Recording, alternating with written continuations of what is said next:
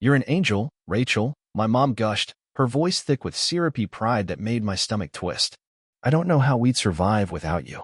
The words hung in the air, heavy and suffocating. As I sat there, fork frozen mid-bite.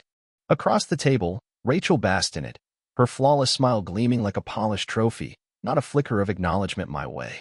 She didn't need to look at me. She knew I wouldn't dare speak up. She knew I couldn't.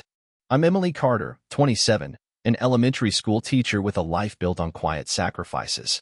For as long as I can remember, I've been the one holding this family together, patching the cracks no one else sees. But Rachel? She's the star. The dazzling, effortless one who commands every room. Me, I'm just the shadow. The reliable fixer who steps in when chaos erupts, unnoticed and unthanked. For years, I funneled my meager savings to my parents, covering their mounting medical bills while Rachel swooped in to claim the glory. I'd had enough. The breaking point wasn't loud or planned. It was a silent fracture. Born in the dim light of my cramped apartment as I stared at my bank account, bled dry after rent. Something inside me shattered, and I stopped sending the money. Just like that. At first, the silence was eerie. Weeks slipped by, and I braced myself for the fallout. Someone to notice, to question. Nothing.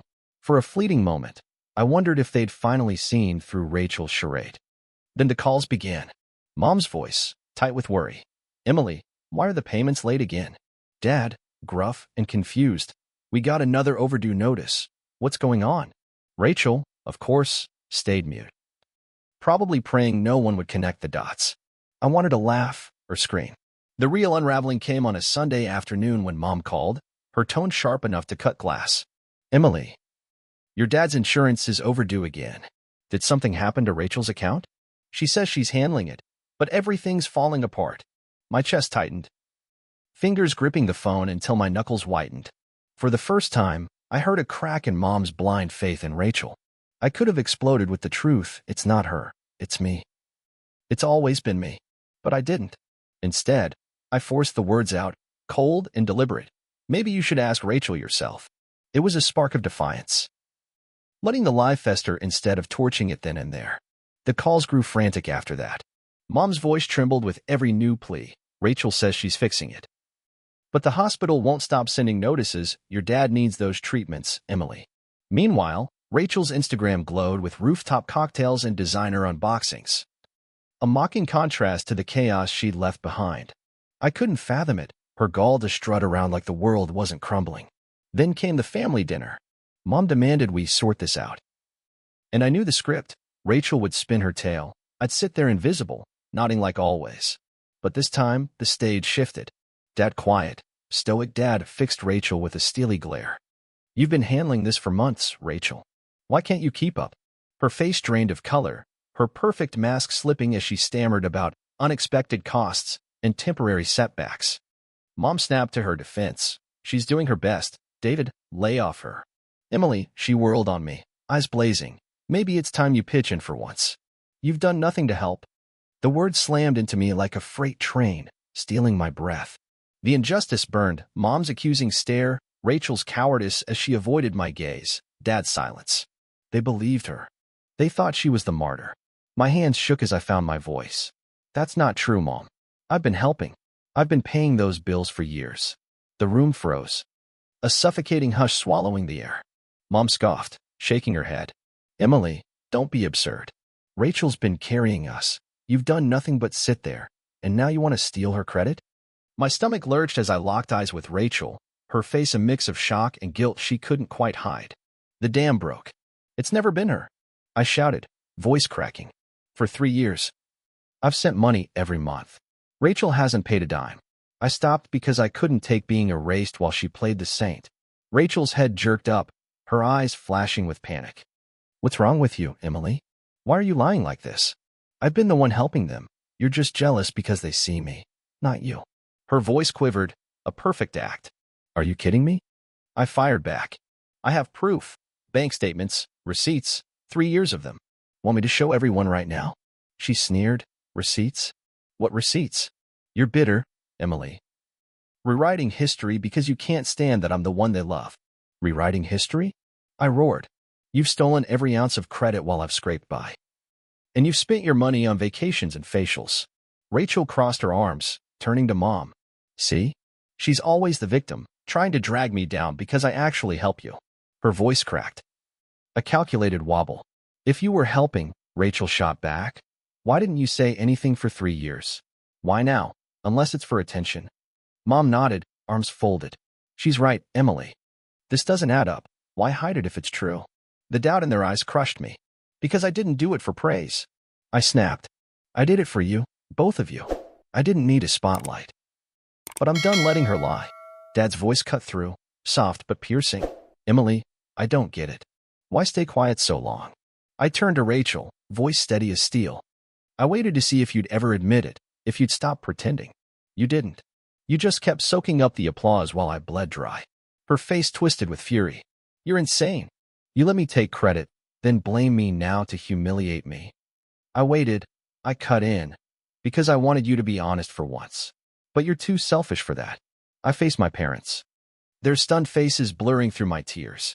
I have every receipt, every statement. I could prove it in 5 minutes. But this isn't about proof. It's about her admitting what she's done. Rachel's jaw tightened. I don't know what you're talking about. If you've got proof, show it. Otherwise, stop your lies. Her defiance ignited my rage, but I held it together. Why should I? You know the truth. Admit it yourself, or keep digging your grave. I shoved my chair back, the screech echoing like a gunshot. I'm done, Rachel. Keep lying if you want. I'm not wasting another breath on you. Tell them the truth, or don't expect me to pick up when you call. She smirked, arms crossed. Don't be so dramatic, Emily. This is pathetic. Her barb stung, but I refused to flinch. Grabbing my coat, I stormed out, the door slamming shut behind me. For the first time, I chose myself, and it felt like breaking free. Months passed, the rift with my parents widening into a cold, heavy silence. Our talks dwindled to strained small talk. They didn't know how to face me, and I couldn't pretend it didn't hurt. Rachel? I cut her off completely. No calls, no texts, no family events. I even skipped Mom's birthday to avoid her smug face. Meanwhile, whispers spread. Rachel's perfect life was crumbling. Missed car payments, scaled-back extravagance, cryptic posts about tough times. She'd finally had to pay up herself, and the strain showed. I wanted to pity her, but the anger won out. She'd built this cage, let her rot in it. Then, one Saturday, she appeared at my door, a ghost of her former self. Hair a mess, eyes sunken. Can we talk? She murmured, voice raw. Against every instinct, I let her in, arms crossed as she sank onto my couch. I'm in trouble, Emily, she croaked. I can't keep up. I don't know what to do. Not my problem, I said. Ice in my tone. You made this mess. She flinched, eyes pleading. Please, I know I screwed up, but I'm your sister. I need you. I laughed, sharp and bitter. You lied for years, Rachel. You watched me drown and called it your victory. I'm not saving you. Tears spilled down her cheeks. I'm trying to fix it, Emily. Just help me this once. Fix it. I snapped. Tell Mom and Dad the truth, then we'll talk. She froze, hands twisting in her lap. I've been paying now, she muttered, defensive. So I'm not lying anymore. Oh, please. I exploded.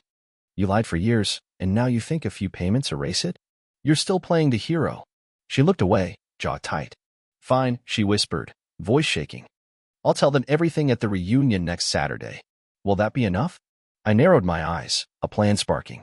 If you confess everything to the whole family, I'll help you Sunday. But only if you do it. She nodded, desperation in her gaze. The reunion buzzed with oblivious chatter until Rachel stood, glass clinking, her face ashen. I watched, arms crossed, pulse pounding. I have something to say, she began, voice trembling. Everyone thinks I've been helping Mom and Dad with their bills. That's a lie. It was Emily, all of it. The room went deathly still. Mom's jaw dropped, Dad's brow furrowed. What? He rasped. I lied, Rachel choked out. Emily paid for years, and I let you believe it was me. I'm sorry. Mom's eyes filled with tears as she turned to me. Emily, we didn't believe you. We called you a liar. How could we be so blind?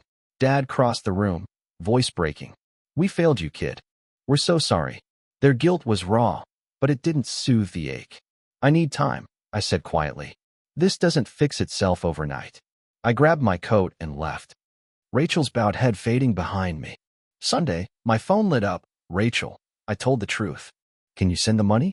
I smirked, typing back. Meet me at Mom and Dad's. She arrived, wary. As I sat with our parents, their faces grim. I held up her message. She only confessed because I promised cash, I said, voice steady. That's who she is. Mom gasped. Dad groaned. I'm not paying you, Rachel, I declared. Truth isn't a bargaining chip. It's what you owed them years ago. She collapsed, sobbing, clutching my arm. Please, Emily, I'm begging.